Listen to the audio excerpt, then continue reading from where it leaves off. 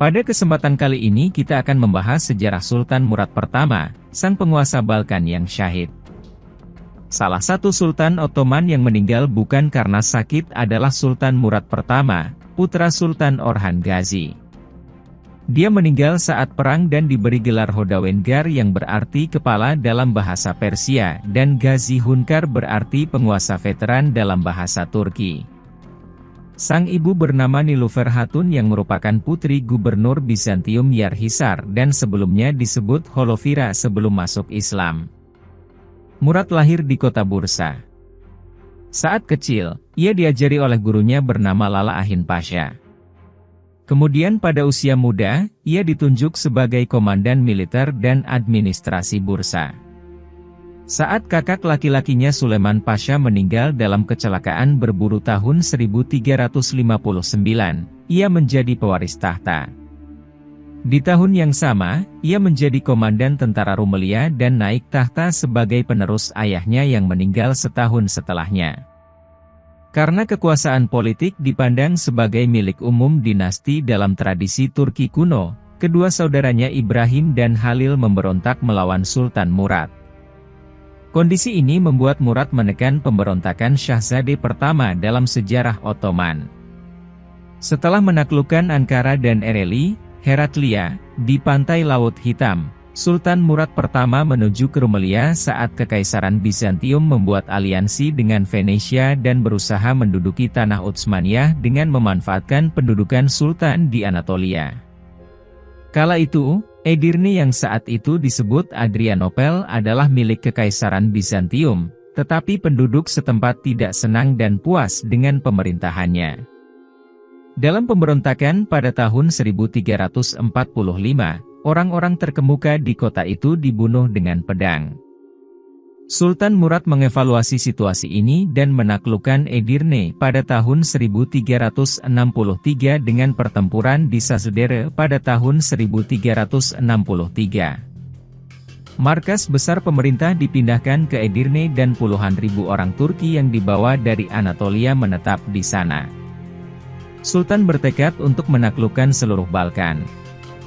Jadi, dia mendirikan 4 bangunan, menaklukkan Klareli, dan mencapai Laut Hitam.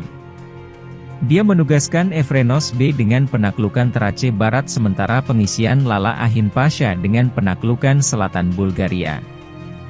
Wilayah Stara Zagora, Plovdiv, Filibe, dan Komotini, Gumulcine, ditaklukkan sehingga Kekaisaran Bizantium dan Bulgaria, Serbia dan Albania terpisah satu sama lain. Ketika Kekaisaran Bizantium menyadari mereka tidak akan menerima dukungan dari penduduk setempat, mereka kehilangan harapan untuk mengusir Ottoman dari Rumelia dan setuju untuk berdamai dan mengakui penaklukan ini. Dilansir Daily Sabah, bahwasanya kemajuan Ottoman yang tidak dapat dicegah oleh Kekaisaran Bizantium, mengkhawatirkan dunia Kristen. Venesia tidak ingin memulai perang dengan Ottoman dan membahayakan kepentingan komersialnya di timur. Satu-satunya kekuatan yang dapat melawan mereka adalah orang-orang Hongaria yang ingin mengkatolikan orang-orang Balkan.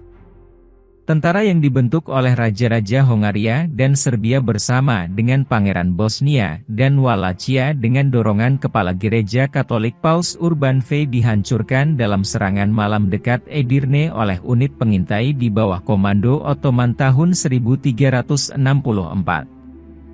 Setelah kemenangan itu, Seres dan Biga, kota pesisir di pantai Marmara Anatolia yang masih di bawah kendali Bizantium ditaklukkan.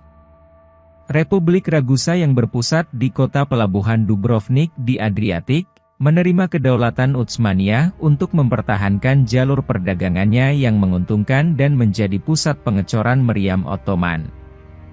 Ottoman disambut oleh orang-orang Rumelian. Patriark Yunani memuji Sultan Murad atas toleransinya terhadap Ortodoks dalam sebuah surat kepada Paus Urbanus VI pada tahun 1385. Dalam menghadapi ancaman Katolik, wajar bagi orang-orang Ortodoks untuk lebih memilih Ottoman.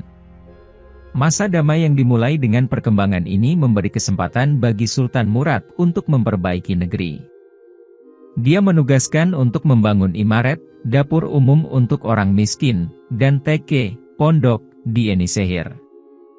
Selain itu, dia juga menugaskan untuk membangun sebuah madrasah dan sebuah istana di Edirne bersama dengan sebuah masjid di Bilecik.